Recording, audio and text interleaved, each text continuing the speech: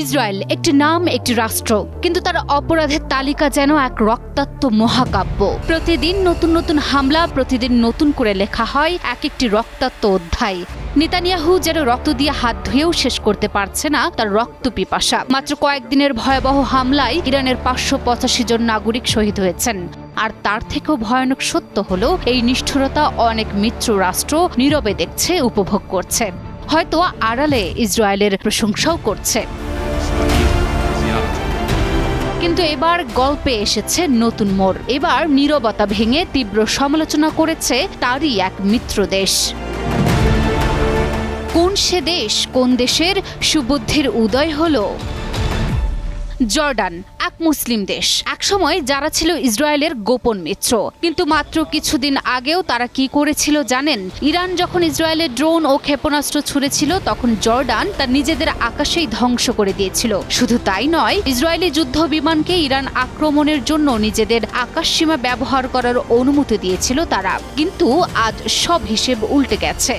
Jordan ইসরায়েলের তীব্র সমালোচনা করে বলল, ইসরায়েল শুধু এই অঞ্চল নয়, বরং পুরো বিশ্বের জন্য হুমকি তৈরি করেছে। ইরান ইসরায়েল চলমান সংঘাত নিয়ে সম্প্রতি মুখ খুলেছেন জর্ডানের বাদশাহ আব্দুল্লাহ বিন আল হুসেইন। বাদশাহ আব্দুল্লাহ স্পষ্ট ভাষায় জানান, আমাদের চোখের সামনে মানবতার বিরুদ্ধে এক লজ্জাজনক চিত্র উন্মোচিত হচ্ছে। বৈশ্বিক মূল্যবোধের ভয়াবহ অবনতি হয়েছে। এবার তারা ইরানকেও যুদ্ধক্ষেত্র বানিয়ে তুলেছে। তিনি আরও বলেন, এই সংঘাতের পরিধি কোথায় গিয়ে থামবে তা কেউ জানে না। এটি শুধু ইরান ইসরায়েলের দ্বন্দ্ব নয়, বরং গোটা অঞ্চলের স্থিতিশীলতাকে প্রশ্নবিদ্ধ করছে। সংঘাতের অবসান অত্যন্ত জরুরি। জর্ডান শুধু মুসলিম দেশ নয়, বরং মধ্যপ্রাচ্যে ইসরায়েলের অন্যতম মিত্র ছিল।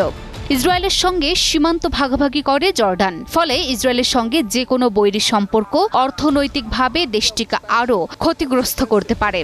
আবার যুক্তরাষ্ট্রের সঙ্গেও মিত্রতার সম্পর্ক জর্ডানের। ফলে নিজেদের রাজনৈতিক স্থিতিশীলতা এবং আত্মরক্ষার স্বার্থেই ইরানের হামলায় ইসরায়েলের পক্ষে অবস্থান নিয়েছিল দেশটি।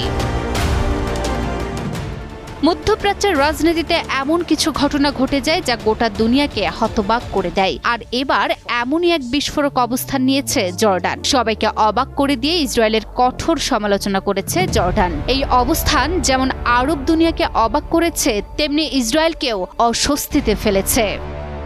Desk report, news 24।